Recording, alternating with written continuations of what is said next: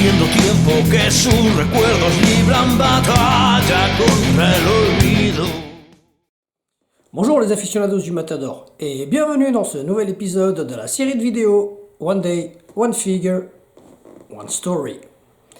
Alors aujourd'hui nous allons parler d'un catcheur que je n'ai jamais affronté. Nous n'avons jamais été ensemble sur une carte, jamais une seule fois dans le même spectacle, jamais une seule fois dans la même pièce. Puisqu'aujourd'hui on va vous parler de Diego Del Paso. Alors, Diego Del Paso est surtout connu pour avoir catché à la LNC, la Ligue Nationale de Catch, mais également à la FECS. Et l'anecdote que je vais vous raconter aurait pu avoir pour titre « Comment ne jamais s'affronter ». En effet, Diego Del Paso et moi, à une époque, on passait un petit peu de temps à se chambrer sur les réseaux sociaux. Cela nous avait donné l'idée de pourquoi pas un jour nous affronter tous les deux.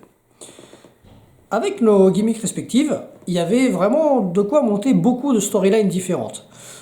Et nous avions proposé le projet à diverses promotions.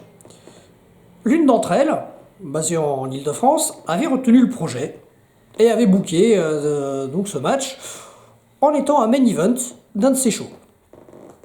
Malheureusement pour nous, le show a dû être annulé, donc notre combat n'a jamais vu le jour. Et ça reste aujourd'hui une de mes déceptions, puisque Diego est un catcheur que j'aurais vraiment aimé affronter.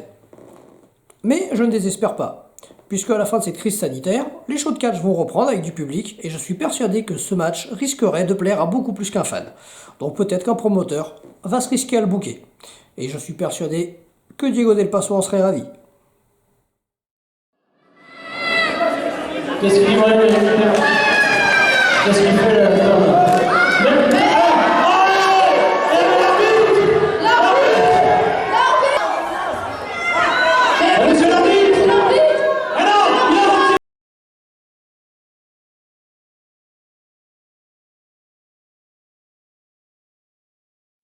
La figurine est quant à elle très fidèle à Diego Del Paso, notamment au niveau de la peinture où l'on revoit très fidèlement reproduite la tenue de Diego, notamment au niveau de son masque, puisque c'était un masque qui était très détaillé, très difficile à reproduire, et les traits sont vraiment fidèles à ce qu'il est dans la réalité.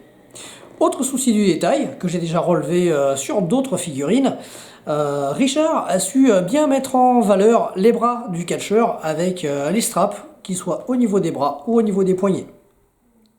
Nous espérons que cette vidéo vous a plu, et comme d'habitude, n'hésitez pas à la partager, mettez dans les commentaires les catcheurs que vous souhaitez voir pour la suite, et puis abonnez-vous.